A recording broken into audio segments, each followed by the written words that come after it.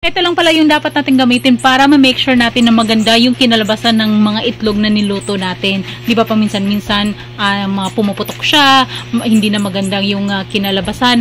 Pero ito guys, iset mo lang siya ng 7 to 10 minutes. So kung ayaw mo naman yung masyadong luto, mga 7 minutes yung malasaw. Pero kung gusto mo yung tamang luto talaga mga 10 minutes.